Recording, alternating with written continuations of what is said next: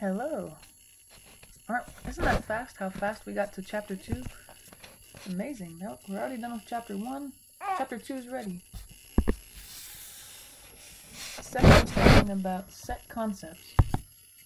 So this section is kind of it's an introduction to the chapter. So there's a lot of definitions, and I'm sorry if it's kind of overwhelming. But, you can always refer back to it, and I'll never test you on these definitions. I won't say, what's the definition of, first definition here is set, or what's the definition of well-defined? It's good to know what they are because we'll talk about them a lot, but I guess you won't be tested specifically on what's the definition of this. But you will need to know them to do the homework in order to solve the problem. So, let's see. So, let's just start talking about them. Why not? Now, the first definition here, a set, which you should have seen in algebra, so that one shouldn't be too new. Set is a collection of objects, which is very general, right? That could be anything. And those objects, we call them elements. Those are the things in the set, or members. Usually, elements are more common than members. So I don't know. It's up to you if you want to make a note of that or not. This is more common. Doesn't matter though. I guess if you're just thinking, well, which one should I be more familiar with? Let's see. Then, for example, if the set is all the MJC courses, so imagine there's a lot of courses that are offered at MJC. So if you have a set that's full of all those classes, like Math 101, that's one of them, and then there's History 101, or History, all kinds of stuff, English this, Agriculture that, Chemistry something or other. Those are the elements in the set, the actual classes, but the set itself is a collection of all the classes that are offered. And then kind of a more, we're talking about math here, of course, so the more mathy example would be if the set is the collection of even numbers, that's the set, then the elements would be the numbers that are even, 2, 4, 6, 8, 10, 12, on and on and on. And you should probably become familiar with this. Use a ... to indicate the set goes on forever, or the set is infinite. Yeah, because there's no end to the even numbers, right? It's not like at a certain point that there's a last even number. There is no last even number. So that's an example of that. And then we say the next definition: a set is well defined if its elements can be clearly determined. So that's kind of, not very clear, so we'll have to talk about an example. Let's see. So it says, the set of classes at MJC is well defined because each of the courses can be named. So, there are a lot of classes, but if you took enough time, you could actually name them all. Yeah. So, you just look at the calendar, right? Or the course, what do you call it? Course calendar, or whatever it's called. But on the other hand, the set of toughest classes at MJC, that's not well defined because toughest is different for everybody. I might say that chemistry is my toughest class, and you might say math is your toughest class, or physics is your toughest class. But in this course, we'll only discuss well-defined sets. But just know, I guess if it's talking about an opinion, that's how you know it's not well-defined, sort of. Let's see, so that might not be a bad thing to write down. Let's see. Not well defined when, sorry, my handwriting's terrible, opinions are involved. It says the toughest classes, well, that's different for everyone because that's your opinion, or the most interesting classes, that's definitely not well defined because that's different for everyone. Or, I don't know, the best running backs in the NFL or something like that. That's not well defined. I guess you could argue that certain ones are, but you might have a different reasoning than someone else, and you might have a different idea than someone else, because it's an opinion. Let's see. So, like I said, we're going to be talking a lot about the history of math, or different mathematicians. So here and there we're going to throw in kind of the father of modern set theory in this section, or the father, or mother, I guess, of whatever subject we're talking about. So George Cantor, and no, your eyes are not deceiving you, George Cantor, George does not have an E at the end. He's got a special name with no E at the end. He was a Russian mathematician, and he's recognized as the father of modern set theory. And the Cantor set is named after him. We might talk about that later, or you might have already heard about it. So yeah, like I said before, I'd say if you kind of take a liking to a certain section or a certain chapter more than others, I would say when you do your report on the mathematician, it's a good idea to pick one that was in that section, because you're actually interested in it. So keep that in mind. If you happen to like set theory by the end of this chapter, then he might be a good choice to write your report on. Alright, and then what? Yeah, sorry, there are a lot of definitions here. That's kind of how the first section of every chapter goes, right? It's like just kind of introducing you to everything, and then the next couple sections will be more hands-on, doing problems and stuff like that. The good news, though, is usually the first section, although it has a lot of definitions, usually that means the problems in the section are really easy. Not really that difficult. So that's, I guess, the good trade-off. Let's see, then we'll talk about what roster form versus set builder form is for a set. Because when we write a set out, especially in kind of the math world, we like to, we like to have it written in a nice way. So there are two different ways to write it. Let's see. Roster form, that's where elements are just named explicitly. So like down here, I'm going to highlight it right here. It's you notice it has the kind of curly brackets. I'm not sure if there's a name for those, but there's these little brackets with the numbers 1 through 8 in them. So that would be roster form right there, because you're just literally naming them all. Whereas set builder notation, that's where the elements are described. So you might say over here, notice, I don't know if you noticed where I highlighted, but there we go, I'll do it in green. This guy right here, you're saying, oh no, not that one. Sorry, here, down here. Sorry about that. So that's this green box that I'm writing, that's another way to write that same set that we wrote above. The set that had the numbers 1, 2, 3, 4, 5, 6, 7, 8. You could write it, just explicitly write the elements out, like in roster form here, or you could just describe it. So this is saying the set of all x such that x is an element of the natural numbers and is less than 9. So I kind of wrote it out in words here. But definitely set builder notation is harder to comprehend because it's just got a lot of symbols in it. But just know that this means the set of all x such that x is a natural number, so meaning it's the number, one of the numbers 1, 2, 3, 4, 5, on, and it's a number less than 9. So that describes the same exact set that we wrote out in roster form above. It's just a different way to write it. And I think set builder notation is kind of more reserved for infinite sets. Because obviously an infinite set, you can't really write in roster form very well because, I don't know, it's infinite, so you can't list out all the elements. But you can describe all the elements in set builder notation. So, okay, then what else is there? We say that two sets are equal if they contain the exact same elements. So that seems like something, you might have even guessed that, if I said, I know you don't know the definition of when sets are equal, but what would you guess it would be? You'd probably say, well, when they have the exact same things in their sets. So one set can't have more than the other, obviously. It's got to be, they have the exact same number of elements, and the elements are exactly the same. The next definition, the cardinal number or cardinality of a set. It's just the number of elements in the set. That's it. So if you have it in roster form, it's easy. You just count the number of things in there. Yeah. But the thing is, too, that it's hard to tell, or it's hard to remember, but it's symbolized by n. I guess think of n as the number. N of a. So if I write, let's see here, like the set A, let's say the set A is that set we had above, the set with 1, 2, 3, 4, 5, 6, 7, 8. And if I ask you what's n of a, that's saying how many elements are in A. The number of elements, or the cardinality, or the cardinal number in A. Which, of course, you could just count them out. There's 1, 2, 3, 4, 5, 6, 7, 8 elements. So your answer would be 8. The cardinal number of A would be 8, or the cardinality of A would be 8. That one's kind of difficult to remember, cardinality. It doesn't really obviously mean, number of elements, so you got to keep that one in mind. And the next definition, two sets are equivalent. So notice that sounds a lot like equal, but it's not quite the same.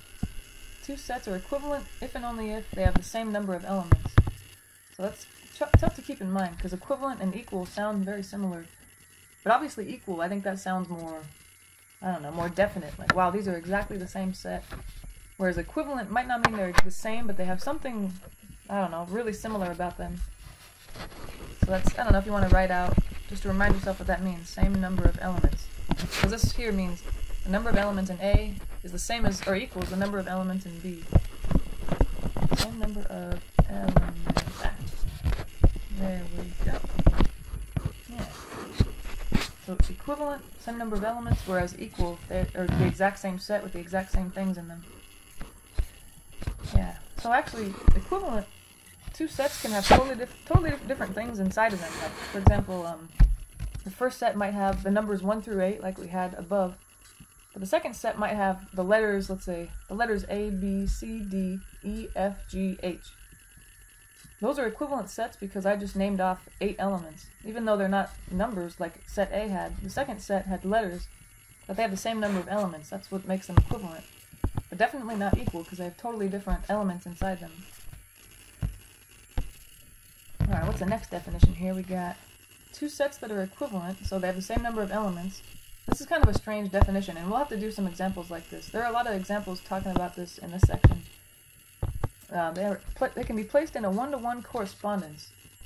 So, and we only talk about equivalent sets with a one-to-one correspondence. So imagine you have two sets that are equivalent.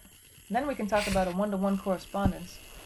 That means that each element of the first set is matched to exactly one element of the second set using some kind of map.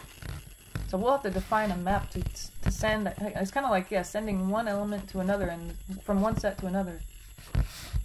So for example, that's kind of a tough one to wrap your mind around. What the heck does that mean, a map? It's like, yeah, I don't know. In math, that doesn't really make sense.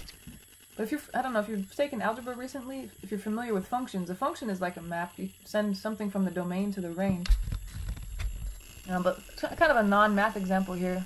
The set of racers in a 10-man race. So imagine there's 10 men racing, and we'll say that the first set that we're talking about is just the racers in the set. So there are 10 of them.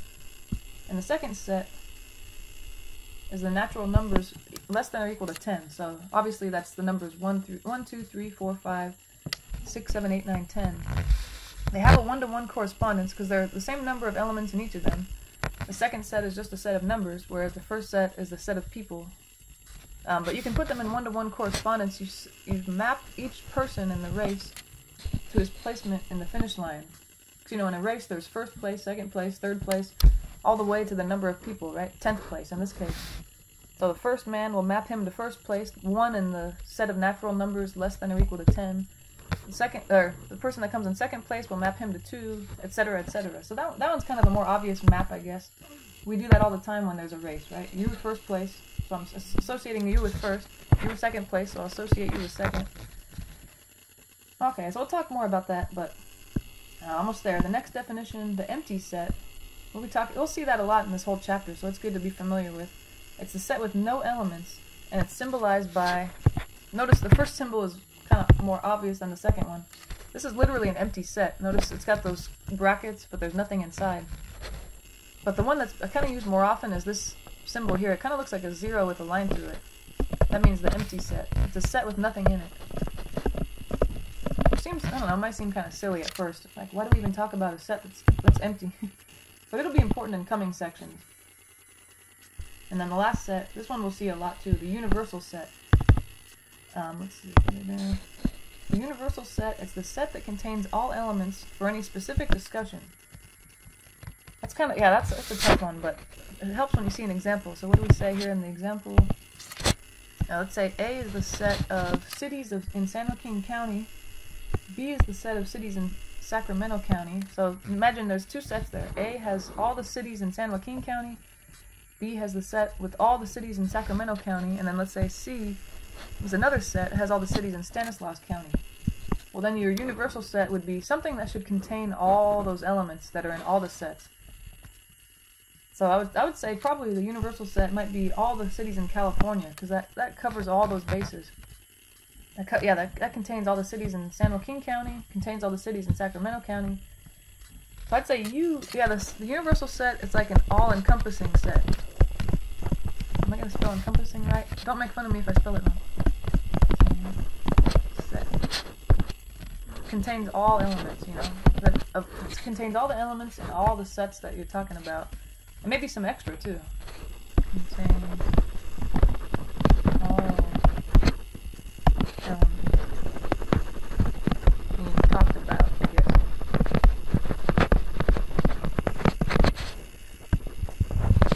Yeah.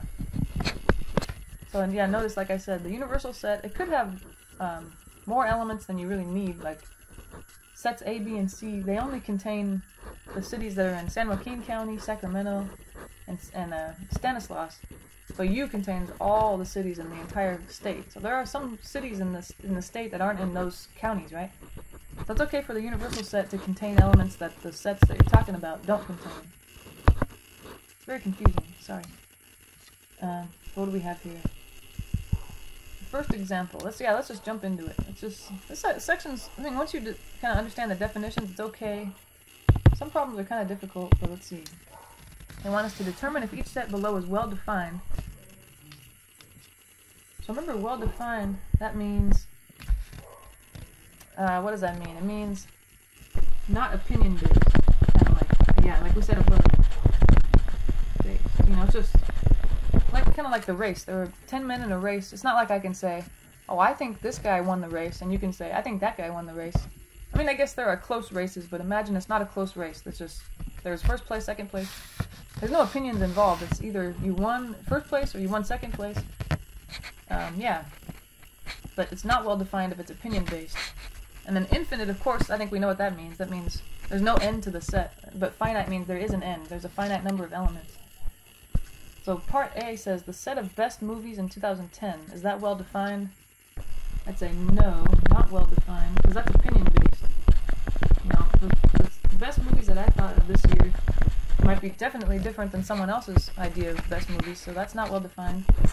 Is it infinite? No. Oh, I would say finite. I was going to say not infinite, but you might as well just say finite. It's finite because there are only a finite number of movies in 2017 altogether, right? There weren't an infinite number of movies, so my best movies are definitely finite. How about part B? The set of odd natural numbers. Well, that is well defined because it's not opinion based.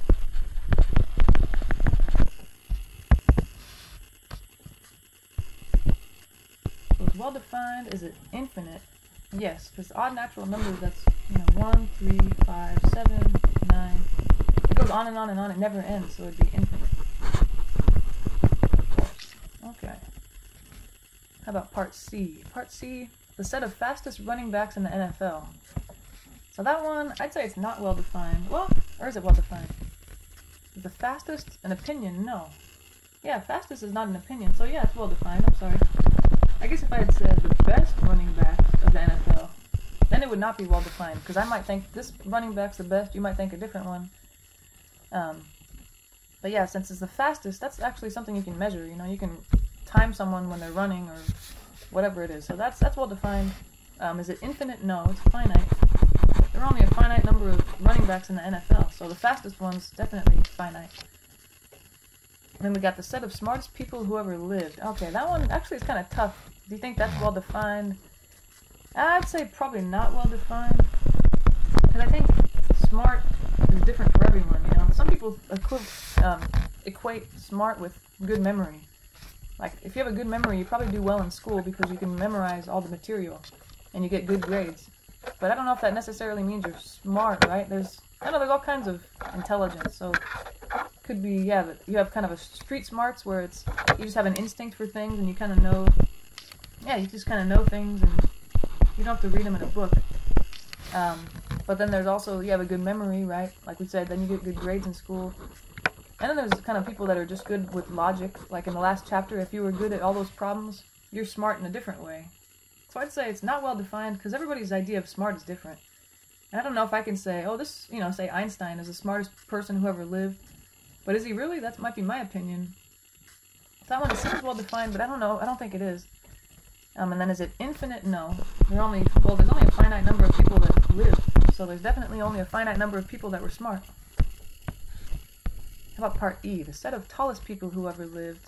That one's well defined because tallest is something you can measure. It's not an opinion. I can't say, no, I'm taller than you, and you say, no, I'm taller than you. one of us is right and one of us is wrong. That's not really an opinion thing. So that is well defined, and it's finite because, you know, there are only a finite number of people who ever lived. Alright, how about this last one here? This set got the numbers 1, 4, 9, 16, on and on and on. It doesn't ask us this, but notice that these are the numbers that are squares. This is 1 squared, you know, or 1 to the second power. This is 2 squared, or 2 to the second power. 3 to the second power is 9. 4 to the second power is 16. So this is just you're taking the numbers 1, 2, 3, 4, 5, 6, on and on and on, and you're raising them to the second power and getting these numbers. So that's that set. Is it well defined? Yes. In math, it's hard to find something that's not well defined. I think that's why I like math. There's no opinions. There's no, I don't know. There's nothing to argue about. You're either right or you're wrong. There's nothing. Anyway, I think that's interesting. But it is well defined. There's no opinions about it, and it's infinite. You can just tell by that dot dot dot. Dot dot dot dot. Yeah, that means infinite. It's going on forever. So I hope that one made sense. Those are pretty good problems, right? Let's see. What about example 2? What do we got going on there? Example 2, let's see. We're going to express each of the following sets in roster form. So remember, roster form was where you list all the elements explicitly. That should be pretty easy. Roster form, you just say, alright, what the heck is in here? Let me list everything. So how about part A? The set of months whose name begins with the letter M. Okay, so I'm just going to create my little squiggly brackets here and think about all the months of the year. January, February, March. Okay, there's one that starts with M. April, May. There's another one. June, July, August, September, October, November, December. I guess that's it. I might have made those sets too wide, huh? I could just end them a little earlier there. There we go, so that's it. And in a set, if you're not really familiar from algebra, between the elements you put a little comma if you're putting them in roster form. So March is one, comma, May is another. If there were more elements, I'd put a comma between them. But I think that looks good.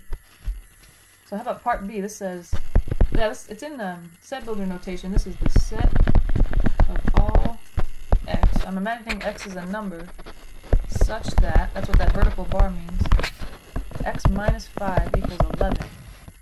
So how many numbers have that property where x minus 5 is 11?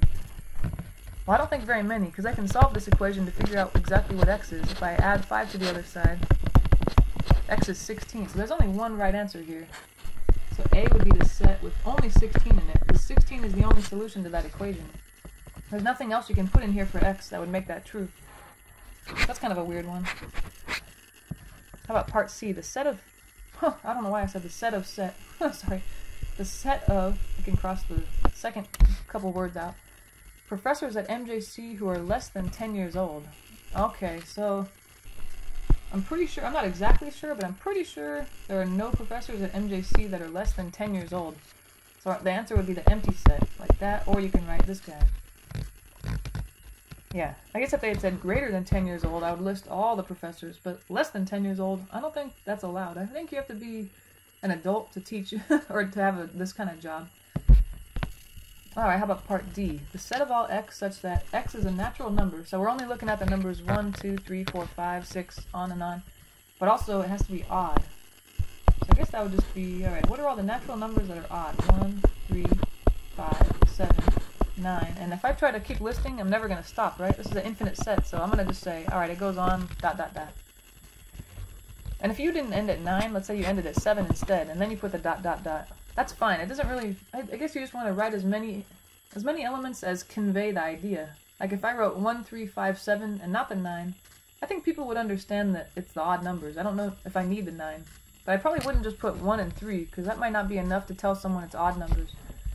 Anyway, so it doesn't have to end at the same place. And then how about part E? We got the set of all x such that x is a natural number. Okay, so again, we're only talking about 1, 2, 3, 4, 5, etc. And x is, it says it's basically this means it's between 2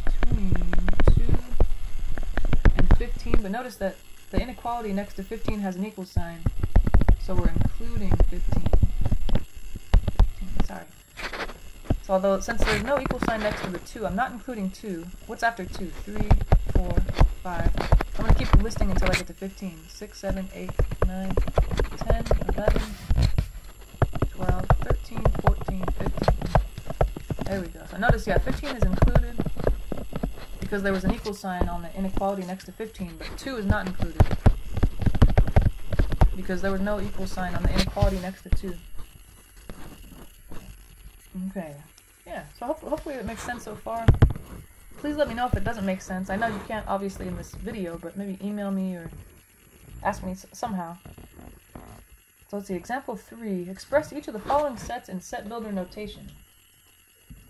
So this is the opposite. They're giving us roster notation, and they want us to write set builder. And there might be multiple ways to write it. As long as the set builder conveys the idea and gives you the right numbers, then you're good. So I feel like in part A, it's the numbers 5 through 12. I can probably kind of copy the last part of the previous problem. You know, this one, it kind of gave me numbers between blah and blah. I can say, this is the set of all numbers x such that, just like in part E of the last problem, x is a natural number, okay, and, no, it depends. I guess I could say I want it to be between 5 and 12, including both. Or you could have said from, let's see, 4, not including 4, to 13, you know? So what's between 4 and 13, not including the 2? That would mean the same thing. Just, I think it's more clear the way on the top one, from 5 to 12. Something like that. So it's kind of difficult, the set builder notation, because you kind of have to memorize the whole thing. It's the set here with x, okay, and then the vertical bar means such that, and if you want natural numbers, you got to specify that. Anyway, so it's a lot to remember. Just try to bear in mind that, yeah, you have to write all these parts to it, the x, the bar. So let's try part B. We got a set that contains 4, 8, 12, 16, 20. So there's probably a few ways to say that, but I'm going to say that's the set of all x such that, again, these are natural numbers, so these are natural numbers, and, I don't know, you can say x is a multiple of 4, or x is divisible by 4, that would work too. Multiple of 4, and then, or you could say, yeah, or x is divisible by 4. These are just two options, you don't need both. Just as long as you convey the right message, I guess, yeah. Alright, how about part C? The set of national holidays in the United States in July.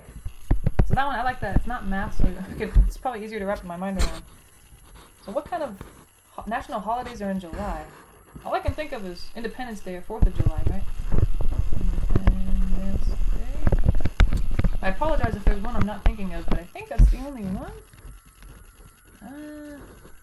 I have a hard time remembering in July because it's summertime, right? And it's not like you get a day off from school because school's out. So, but I think that's it. Independence Day. Hope I'm not missing one. Please let me know if I am. But I think that's it. That's the only set. Or sorry, that's the only element. So how about the last one? The set of even natural numbers. Okay. I'm going to try to set it up like we did before. The set of all x such that x is a natural number. So did we talk about this yet? That this symbol here, what is it? Means is an element of. So you know, if you're reading from left to right, you say x and then that symbol. So x is an element of whatever follows. So the natural numbers. And let's see, it's even. So yeah, you could just say that in words. X is even. Nothing wrong with that. Yeah. Okay. So hopefully you're kind of getting the hang of it. Don't feel bad if you, I don't know, if you're still not clear on set builder notation. It takes a lot of practice. How about now example 4? What do we have here? We got a graph and it says use the following graph to write the sets in roster notation. Remember, roster notation is the nice one where you just list elements. First one, the set of days in which at least 8 cakes were sold. Let's see. What do we have here in this graph? Looks like the vertical is the number of cakes. And then the days of the week where that number of cakes were sold is on the bottom. Let's see, 8 cakes. What days were, let's say at least? Let's say at least. Then I think that language kind of makes it sound like 8 is, I don't know, is part of a set, right? Like, a day where 8 cakes were sold is part of the set. You want to put that in there. So it looks like Monday 8 cakes were sold. I want to write that. Tuesday 4 cakes were sold. Not that one. Wednesday looks like 6 cakes. No. So it looks like from there on, Thursday, Friday, Saturday, Sunday, those all had more than, or 8 or more cakes. So I'm going to list Monday, and then Thursday through Sunday. And don't feel bad if you abbreviate. Monday, Thursday, Friday, Saturday, Sunday. There we go. Yeah. How about the set of days in which less than 10 cakes were sold. Okay. Maybe we'll get a different color to illustrate this guy. Less than 10. So here's 10. I guess I can just kind of say, where is it cut off? I want to cut it off right here at 10. So it looks like Thursday, no, because Thursday had more cakes than 10. But every other day before that, Monday through Wednesday, had less cakes than 10. Monday was 8. Looks like Tuesday was 4. And then Wednesday was, what did we say? 6? Yeah. So it'd be Monday, Tuesday, Wednesday for that one. Monday, Tuesday, Wednesday. There we go. Alright, I think we're doing good here. Oh, sorry. What's part C, though? A set of days in which the number of cakes were sold was between 6 and 16. Okay, that's kind of more thought goes into that, huh? Let's see. So where's 6? 6 cakes is here. 16 is up here. So I want, basically, where is it in this range here? From this guy to this guy. Looks like Monday was in that range, huh? Monday. Tuesday, no, because it was less than 6. Wednesday was exactly 6. Does it sound like from the language 6 is okay? You know they said between 6 and 16. That kind of makes it sound like 6 is not included, right? Between, yeah, that would feel like that makes it sound like anything between is okay, but not 6 and not 16. I think I'm not going to include, what was it, Wednesday. A Monday so far, not Tuesday, not Wednesday. Thursday, yes, because Thursday was 12 cakes. Friday was, what's that, 15 cakes. So that would be included. But Saturday and Sunday were above 16. So I'm only going to include Monday, Thursday, and Friday. That'll be that set. Let's see. Better not try to write with the highlighter. That doesn't make sense.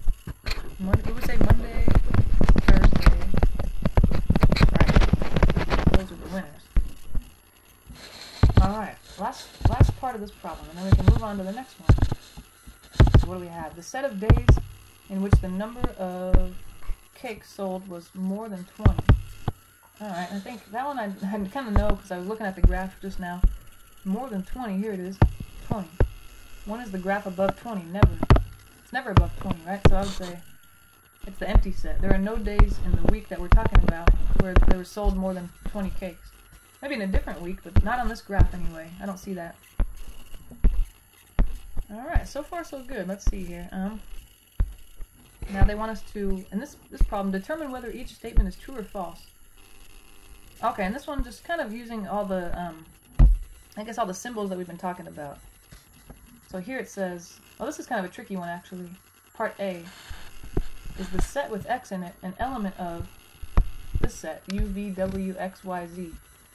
So that's actually a tough one. It seems like, yes, X is an element of that, but X with the brackets around it is a set. It's not an element. A set can't be an element of another set. Another set, so it's a no. Or sorry, false. That one's a tricky one. So if this X didn't have the brackets around it, it would be true, because it just means X, the element. But because the brackets are around it, it's a set. And a set can't be an element of another set. It's only individual elements. So it's kind of tricky. How about part B? I'm not sure what's going on here. I think I messed up. The set, let's see, A is the empty set. I guess, there might have been more to it, but I'd say true, because, I don't know, empty set, what's wrong with that? Maybe I think I have to add more, I'm sorry. I think I missed something in that problem. Let's see, I'm going to add, where are we? Yeah, let's see, let's add A. Oh no, let's add, X is an element of A. There you go. We'll make that the thing. So it says A is the empty set, but X is an element of A. So does that sound right? I'd say no, false. Because A has nothing in it. It's empty. So how can X be an element of A? A is empty. So X can't be an element. Yeah. Sorry about that. So how about part C here? This is saying M is an element of this set with U, V, W, X, Y, Z in it. That one's false for a different reason. So M, I don't see M in that set, so it'd be a no. But if this was one of the letters that's actually in the set, like if that was a U or a V or one of the other guys, it'd be true. So notice part A, because it had the squiggly brackets around X, that's a no, because that means it's a set. But this just has a letter itself with no brackets around it. So it could be possible to be true, but that letter M is not in the set, so I'd say it's false. Just because that letter's not in the set. How about part D? This is kind of a weird one, right? The element we're talking about is Peter Pan. Is Peter Pan an element of the set of Disney characters? I'd say that's true. I mean, I think so, right? True. Peter Pan is a Disney character. I mean, I think. I'm not sure if it was originally a Disney character or someone else made it up, but definitely it's one of the characters in the movies. How about part E? Is 9 an element of this set? 1, 3, 5, on and on and on. That one, it looks like it's the odd numbers. The natural odd numbers, you know. And 9 is an odd number, so I'd say that's true. Even though I don't see 9 listed because the ... goes on and on. That means that it's going on and there are numbers that are not listed. But you can kind of get the idea of what's in there. So how about part F here? Bugs Bunny.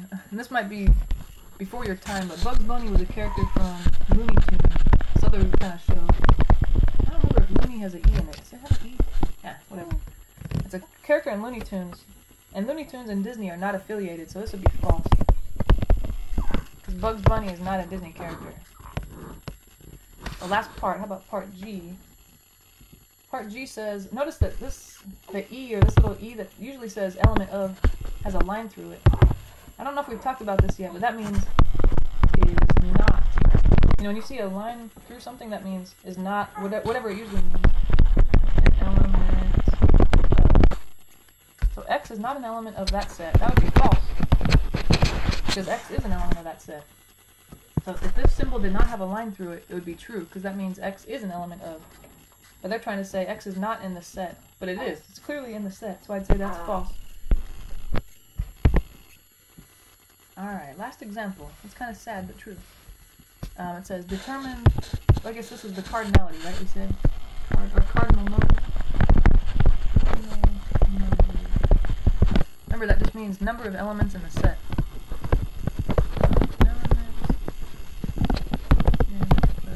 These are probably the easiest problems in the section, which is nice. So I just have to count. How many elements are in the set A here? 1, 2, 3, 4, 5, 6. So I'd say n of A equals 6. That's the number of elements in A is 6. So how about here? A is the set of all X in part B, such that X is a state in the United States. Well, that one I don't really need to count. I think I just know that there are 50 states in the United States.